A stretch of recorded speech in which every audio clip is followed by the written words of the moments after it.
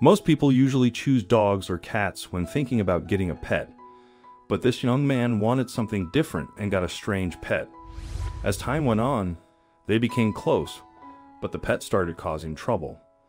When he figured out why, he was very surprised and also found it funny. Elliot Mannering worked in the film industry. While he hadn't reached Hollywood fame just yet, he had already directed a few films, and some of them had even won awards.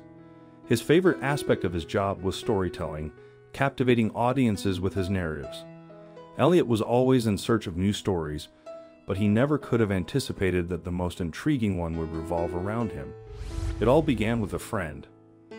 Elliot was from Essex, England, and had a very big friend group. Through his work, he met artists, tradespeople, and creatives. Strangely, it was an animal trainer who ended up changing his life the most. When Elliot first met Bill at a party, he was intrigued by his work. Bill had trained all kinds of animals for movies, television commercials, and advertisements. Now he ran a center for breeding, rescue, care, and everything in between. What impressed Elliot most was how many different species of animals he had worked with. That night, Elliot confessed to Bill that he had never seriously considered getting a pet. It would be too much work, having something totally dependent on him. Elliot was a young filmmaker who liked to travel around the country a lot, so it would probably just hold him back. Bill nodded in agreement, but he suspected that he might change Elliot's mind if the right animal came along, and just a few weeks later it did. Elliot was filming a new project when he received a call from Bill, asking him to drop in on his animal center. He told Bill that he wouldn't be able to until later that day and asked him what was up. But his friend didn't reveal much. He wanted it to be a surprise. By the end of the workday, Elliot had almost forgotten about the animal center until he glanced at his phone and saw Bill's name. Even though he was tired, he decided that he might as well stop by. It was on his way home anyway. When he arrived, Bill had his hands full. The animals weren't in cages or behind locked gates here. They all seemed to run around together. Through the window, he could see cats, dogs, and hamsters, while outside, there was even a goat running around. Bill came out to greet Elliot with a warm smile and welcomed him inside. As they moved towards the back of the building, Bill told Elliot that he had a surprise for him. Bill said that he had recently had a new addition to the center, something that might fit the young filmmaker's personality.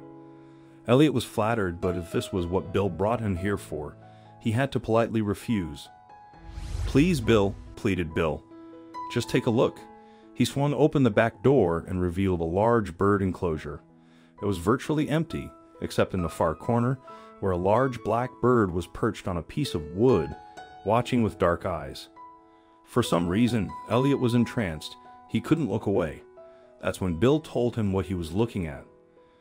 It was a raven, and not just any raven, one that had been trained by an old acquaintance of Bill's.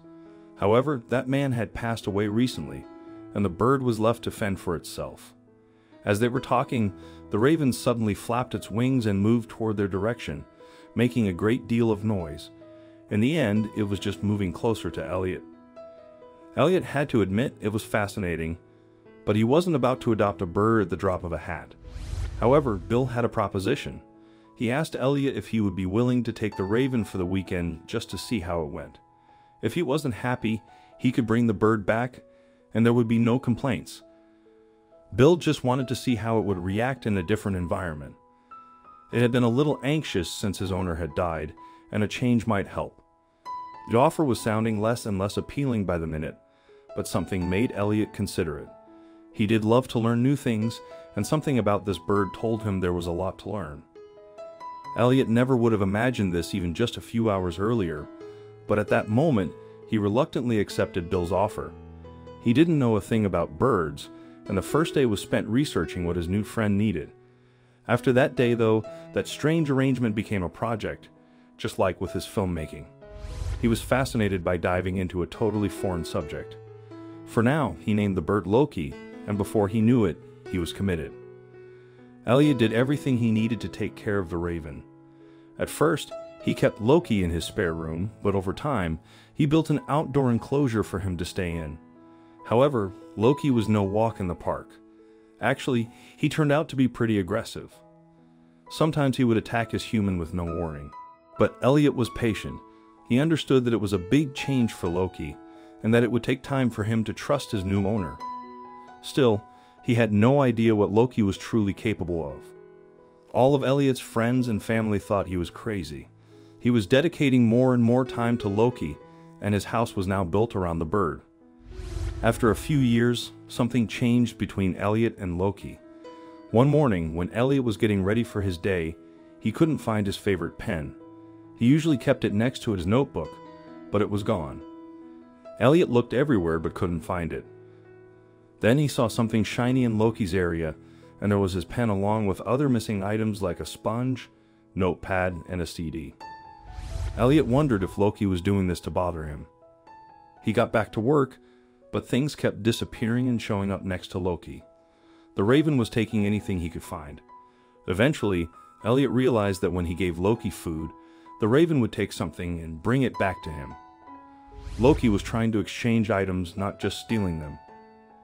Before long, Elliot discovered that his raven was even more intelligent than he had initially thought. Loki had a barter system in mind. If he swiped a sponge from Elliot, he'd only return it in exchange for 3 grapes. This marked the turning point in Elliot and Loki's bond. After years of patience, their connection deepened, and they started playing together constantly. Loki's demeanor shifted from aggression to playfulness. Whenever Elliot returned home from work, he could always count on a good laugh from Loki's mischievous antics. Without him noticing, Loki would untie Elliot's shoelaces, causing him to trip. Elliot and Loki became inseparable companions, going everywhere together, whether it was the park, the store, or even his friends' houses. Elliot soon gained a reputation as the guy with the raven in Essex. As a filmmaker, Elliot began to document his experiences. Soon he started sharing glimpses of their life on social media, and it quickly became a hit on Twitter. His Loki posts garnered more than 4,000 followers. While he still had fans of his films, most people were now tuning in for updates about their beloved raven. Through his Twitter account, an old friend named Bill reached out to him one day. Elliot opened his inbox to find a simple message from Bill, jokingly saying, "It's been a pretty long weekend. I guess you don't want to part with him now." Elliot chuckled to himself, recalling the day he had brought the raven home. He had harbored so many doubts at the time, but now he couldn't even imagine his life without his feathered best friend. What do you think of Revan?